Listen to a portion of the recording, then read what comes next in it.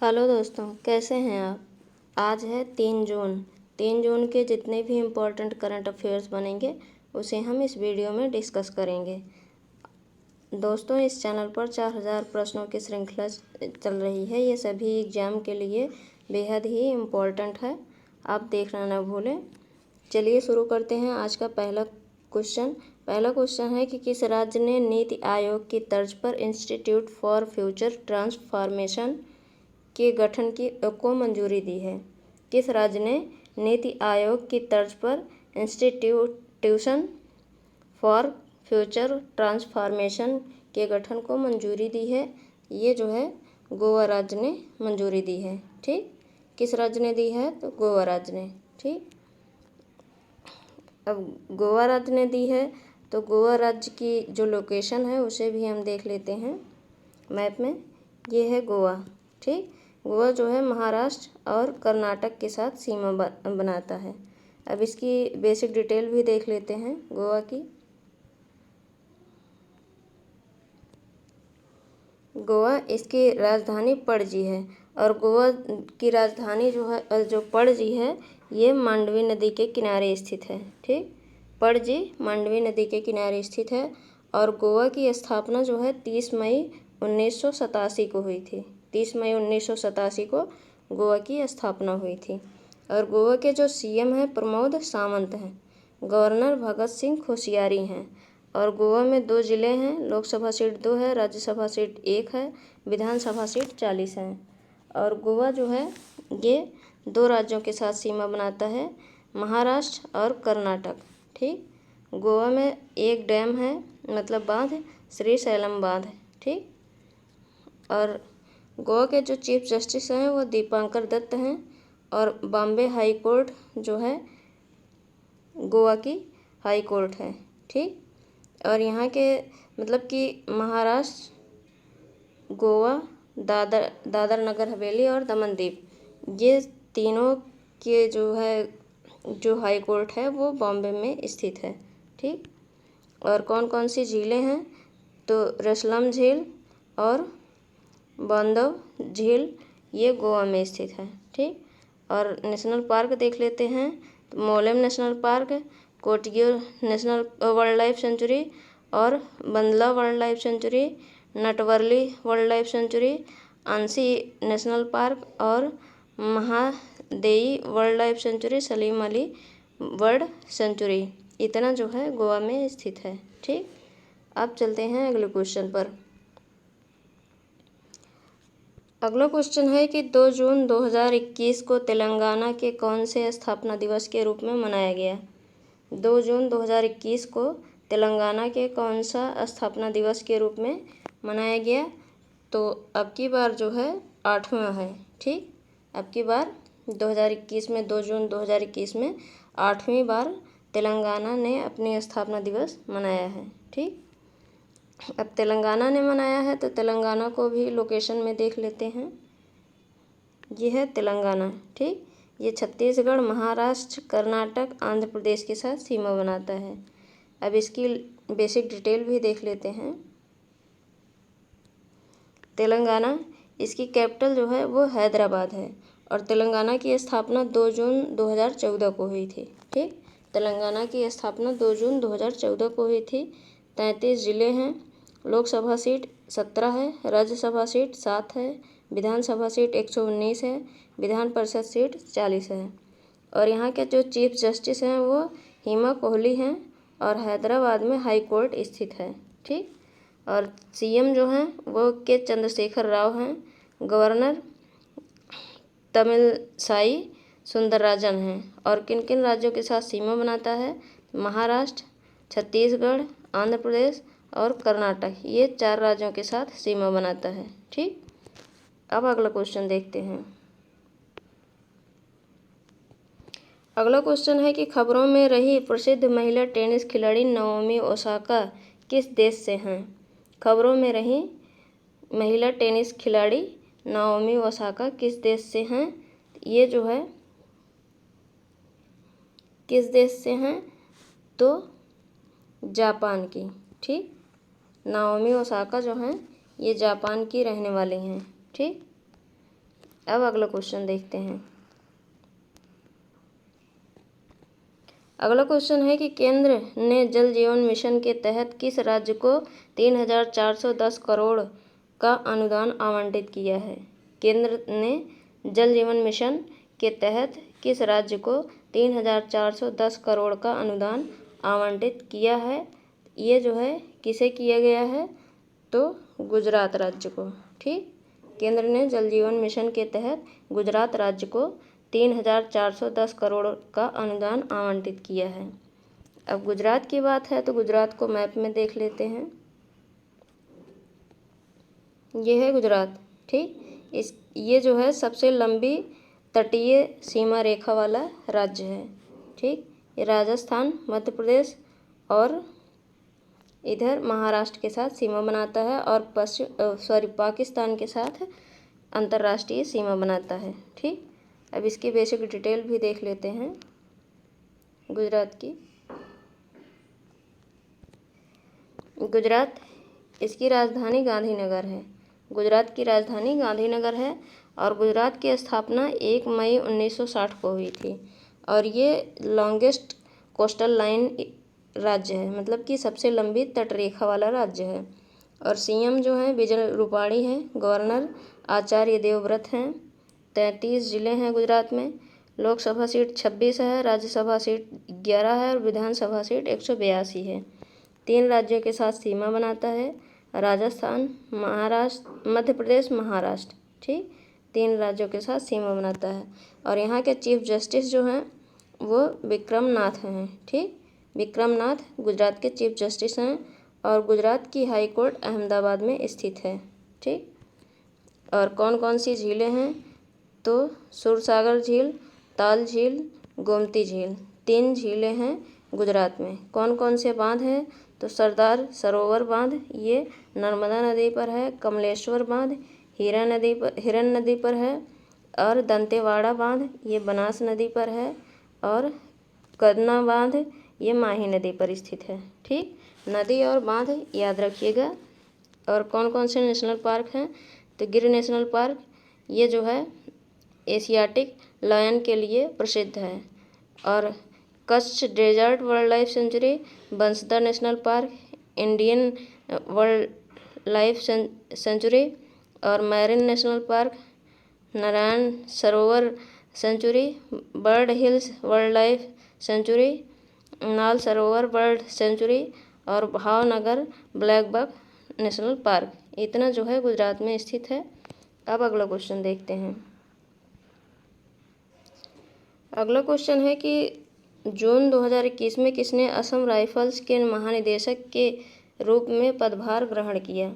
जून 2021 में किसने असम राइफल्स के महानिदेशक के रूप में पदभार ग्रहण किया, तो ये जो हैं प्रदीप चंद्रन नायर हैं। ठीक, प्रदीप चंद्रन नायर ने असम राइफल्स के महानिदेशक के रूप में पदभार संभाला है। ठीक, अब अगला क्वेश्चन देखते हैं।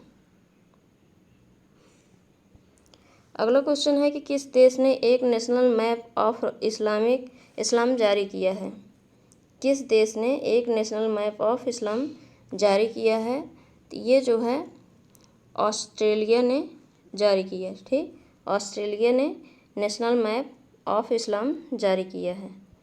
अब अगला क्वेश्चन देखते हैं। अगला क्वेश्चन है कि किस बैंक ने India GDP marathon effort ahead शीर्षक से एक विकास अनुमान रिपोर्ट जारी की है।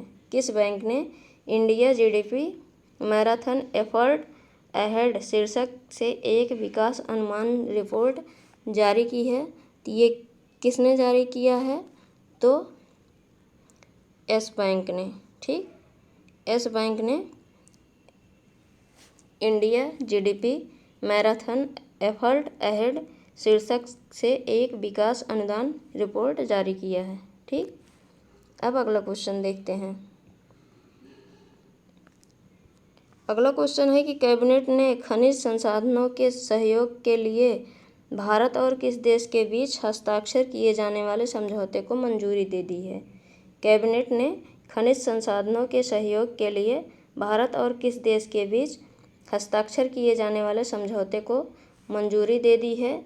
ये जो है अर्जेंटीना को, ठीक, अर्जेंटीना को मंजूरी दे दी है खनिज संसाधनों को के लिए भारत और अर्जेंटीना के साथ समझौता, ठीक।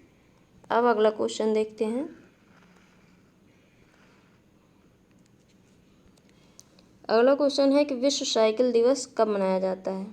विश्व साइकिल दिवस कब मनाया जाता है? ये 3 जून को, ठीक, 3 जून को विश्व साइकिल दिवस मनाया जाता है। अब डेज की बात आई है तो अप्रैल के जितने भी इम्पोर्टेंट डेज हैं उसे हम कवर कर लेते हैं। 2 अप्रैल को वर्ल्ड ऑटिज्म जागरूकता दिवस मनाया गया। 4 अप्रैल को खान कार्रवाई जागरूकता और सहायता के लिए अंतर्राष्ट्रीय दिवस मनाया गया। 5 अप्रैल को राष्ट्रीय समुद्री दिवस हर साल मनाया जाता है। 6 अप्रैल को विकास और शांति के लिए खेल का अंतर्राष्ट्रीय दिवस मनाया गया। 7 अप्रैल को प्रत्येक वर्ष विश्व स्वास्थ्य दिवस मनाया गया। 10 अप्रैल को विश्व होम्योपैथी दिवस मनाया गया। 11 अप्रैल को महात्मा ज्योतिबा फुले की जयंती मनाई गई। 14 अप्रैल को अम्बेडकर जयंती मनाई गई और विश्व चगास रोग दिवस 2020 से मनाया जा रहा है। और 15 अप्रैल को हिमाचल दिवस मनाया गया। 16 अप्रैल को सेव द एलिफेंट डे मनाया गया। 18 अप्रैल को विश्व विरासत दिवस मनाया गया और 19 अप्रैल को विश्व यकृत दिवस मनाया जाता है।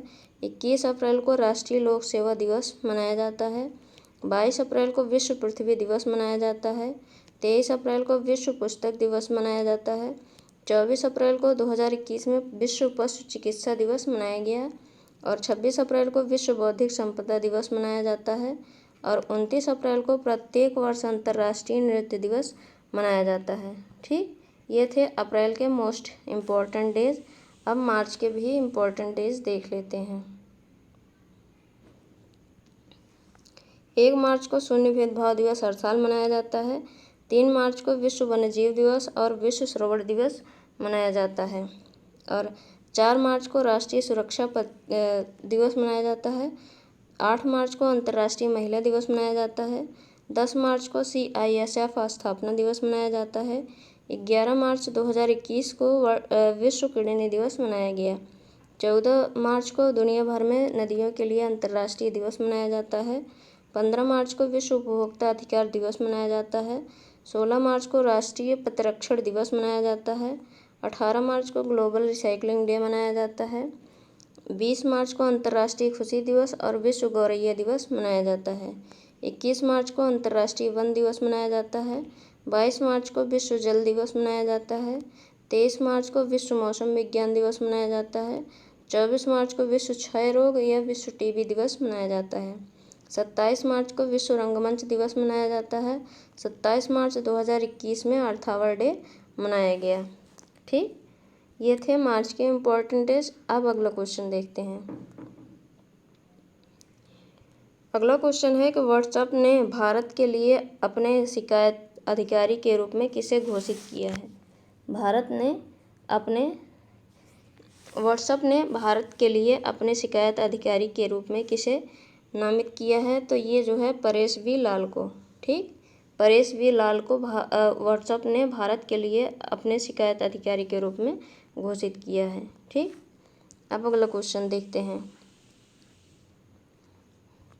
अगला क्वेश्चन है कि हाल ही में किस भारतीय मुक्केबाज ने ASBC एशियाई मुक्केबाजी चैंपियनशिप में 91 किलोग्राम भार वर्ग में स्वर्ण पदक जीता है? ये संजीत कुमार ने, ठीक, संजीत कुमार ने 91 किलोग्राम भार वर्ग में स्वर्ण पदक जीते हैं। और संजीत ने दुबई में आयोजित एशियाई चैंपियनशिप में फाइनल में 5 बार के एशियाई चैंपियनशिप पदक विजेता और कजाकिस्तान के रियो ओलंपिक रजत पदक विजेता वासिली लेविट को 3-2 से हराकर स्वर्ण पदक जीता है, ठीक। अब अगला क्वेश्चन देखते हैं। अगला क्वेश्चन है कि राष्ट्रीय मानवाधिकार आयोग के नए अध्यक्ष कौन बने हैं? राष्ट्रीय मानवाधिकार आयोग के अध्यक्ष कौन बने हैं? ये जो है अरुण कुमार मिश्रा हैं, ठीक, अरुण कुमार मिश्रा जो हैं राष्ट्रीय मानवाधिकार आयोग के नए अध्यक्ष बने हैं। और national human rights commission of India, इसका गठन 12 अक्टूबर 1993 में हुआ। क्षेत्राधिकार भारत सरकार के अंतर्गत है और मुख्यालय जो है वो दिल्ली में स्थित है, नई दिल्ली। ठीक, अब अगला क्वेश्चन देखते हैं। अगला क्वेश्चन है कि इंडियन ब्रॉडकास्टिंग फाउंडेशन ने digital media content regulatory council का नया अध्यक्ष किसे बनाया है? इंडियन ब्रॉडकास्टिंग फाउंडेशन ने digital media content regulatory council का नया अध्यक्ष किसे बनाया है? तो ये विक्रमजीत सेन को, ठीक, विक्रमजीत सेन को इसका नया अध्यक्ष बनाया गया है। और इसके बारे में और भी जान लेते हैं। इंडियन ब्रॉडकास्टिंग फाउंडेशन ने सुप्रीम कोर्ट के पूर्व जज जस्टिस विक्रमजीत सेन को अपने नवगठित स्वनियामक निकाय digital media content regulatory council के अध्यक्ष के रूप में नियुक्त करने की घोषणा की है। और DMCRC का गठन सूचना प्रौद्योगिकी मध्यस्थ दिशा निर्देश और डिजिटल मीडिया आचार संहिता नियम 2021 के शासनादेश जनादेश के अनुसार किया गया है। ठीक, और यह कदम प्रशासकों और OTT ओवर द टॉप प्लेटफॉर्मों को एक साथ लाने के लिए किया गया है। ठीक, अब अगला क्वेश्चन देखते हैं। अगला क्वेश्चन है कि अफगानिस्तान क्रिकेट टीम के नए कप्तान कौन बने हैं? अफगानिस्तान क्रिकेट के टीम के नए कप्तान कौन बने हैं? तो हशमतुल्लाह शहीदी। ठीक, हशमतुल्लाह शहीदी जो हैं ये अफगानिस्तान क्रिकेट टीम के नए कप्तान बने हैं। और ये जो है असगर अफगान के स्थान पर आए हैं। और अफगानिस्तान क्रिकेट बोर्ड ने बाएं हाथ के हशमतुल्लाह शहीदी को राष्ट्रीय टीम का नया वनडे और टेस्ट कप्तान नियुक्त किया है, जबकि रहमत शाह को दोनों प्रारूपों के लिए उप कप्तान नियुक्त किया है। और इसके अलावा ऑलराउंडर राशिद खान को T20 का उप कप्तान बनाया गया है। ठीक, ये रहमतुल्लाह हैं और ये राशिद खान हैं। ठीक, अब अगला क्वेश्चन देखते हैं। कप्पा और डेल्टा क्या है? कप्पा और डेल्टा क्या है? तो ये जो है कोविड-19 वेरिएंट का नाम है। ठीक, कोविड-19 वेरिएंट का नाम कप्पा और डेल्टा है। और विश्व स्वास्थ्य संगठन ने भारत में पहली बार पाए गए कोविड-19 के 2 वेरिएंट B1617.1 संस्करण को कप्पा नाम दिया गया है, और जबकि B1617.2 संस्करण को डेल्टा नाम दिया गया है। ठीक, अब अगला क्वेश्चन देखते हैं। अगला क्वेश्चन है कि मूडीज इन्वेस्टर्स सर्विस ने चालू वित्त वर्ष 2021-22 में भारत की अर्थव्यवस्था कितना रहने का अनुमान जताया है? मूडीज इन्वेस्टर्स सर्विस ने चालू वित्त वर्ष 2021-22 में भारत की अर्थव्यवस्था कितना रहने का अनुमान बताया है? तो 9.3%। ठीक, और सॉवरेन रेटिंग के मामले में मूडीज ने भारत पर नकारात्मक दृष्टिकोण के साथ BA3 रेटिंग का अनुमान लगाया है। और यह कहा गया है कि अर्थव्यवस्था ने 2020 में एक तेज संकुचन से तेजी से वापसी की, लेकिन विकास में लगातार मंदी, कमजोर सरकारी वित्त और बढ़ते वित्तीय क्षेत्र के जोखिमों सहित भारत के क्रेडिट प्रोफाइल के लिए जोखिम कोरोना वायरस की दूसरी लहर के झटके से बढ़ गया है। और 2021-22 का जो अर्थव्यवस्था है वो 9.3 है और 2022-23 का 7.9 है। ठीक, अब अगला क्वेश्चन देखते हैं।